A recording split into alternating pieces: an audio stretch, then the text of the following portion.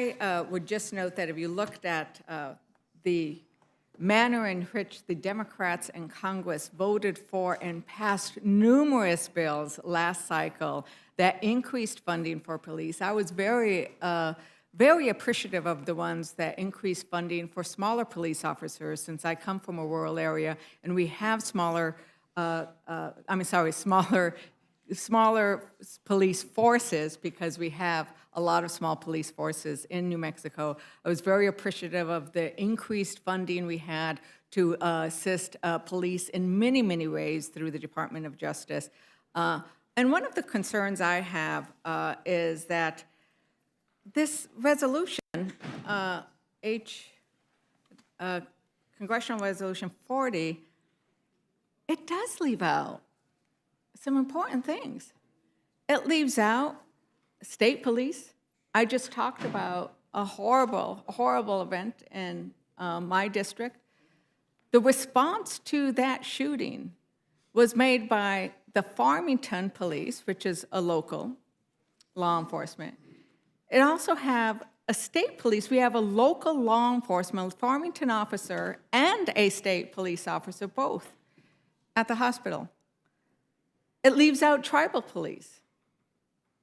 It leaves out all of the different federal police that work in New Mexico. And I would say that what we need is to have all law enforcement always working together. And so we must and should praise all of them, and we should encourage both more funding and more cooperation, collaboration, because it is through that cooperation, collaboration, through honoring their hard work, because my state police, they are amazing. I meet with them on a regular basis. They deserve the recognition. They deserve the funding that we have always, and under Democrats, have always provided, because it is the funding that we have done that we should be judged on. Now, what are we doing? And we have funded the police. Ranking Member Nadler, would you like to address some of the concerns that have been raised? Yes, I would, and thank you for asking. We've heard a lot about the Democrats defunding the police and so forth. Facts belie that. Large cities with Democratic mayors spend far more money on policing and hire far more police officers than large cities with Republican mayors. The 25 largest Democratic-run cities employ 75% more police officers than the 25 largest Republican-run cities on a per capita basis. The 25 largest Democratic-run cities spend 38% more on policing than the 25 largest Republican-run cities, again, on a per capita basis. In the most recent budget cycle, the 25 largest Democratic-run cities collectively increased their police budgets more than the 25 largest Republican-run cities, albeit by a modest 4.34% versus 4.11%. Republicans talk more about funding the police than they do actually funding the police. And that's why, for example, while the South Carolina murder rate increased 22% from 2019 to 2020, it has the sixth highest per capita murder rate. New York State, on the other hand, is 34th in murder rates, and New York City is one of the safest major cities. In fact, of the top 10 states with the highest murder rates, 8 are red states. And let me just add that in the last Congress, I passed 4 bills that I'll mention. The Invest to Protect Act, which authorized $300 million in grants to local law enforcement agencies with fewer than 125 officers, in other words, small departments. 55 Republicans voted no.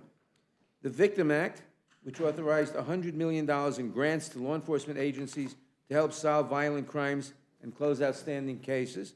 178 Republicans voted no. The assault weapons ban that keeps weapons of war off the streets, nearly every Republican voted no. And the Law Enforcement De-Escalation Training Act, sponsored in the Senate by Senator Cornyn to fund de-escalation training, 159 Republicans in the House voted no.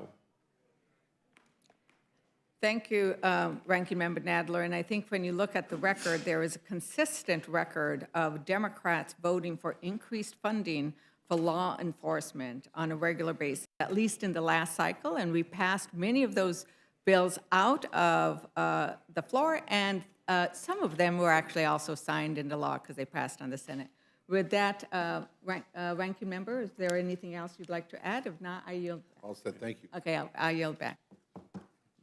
Gentlelady yields back. We should just offer the gentleman from Arizona a chance to respond if he wishes. Thank you, Mr. Chairman. I want to point out just two things. I mean, I don't want to relitigate everything, but just two things. Number one is federal funding of police. When you talk to local law enforcement, they are scared to death that with this funding will be the mechanism to federalize local law enforcement. That really is a concern with them. I talk to our local chiefs all the time about a series of issues. And the other one is, my distinguished colleague, the ranking member, was talking repeatedly about red state murder rates. That's a blue city problem in red states. That's what it is. It's blue cities in red states, and that's what causes the problem. I yield back. Thank you. Chair, thanks, gentlemen.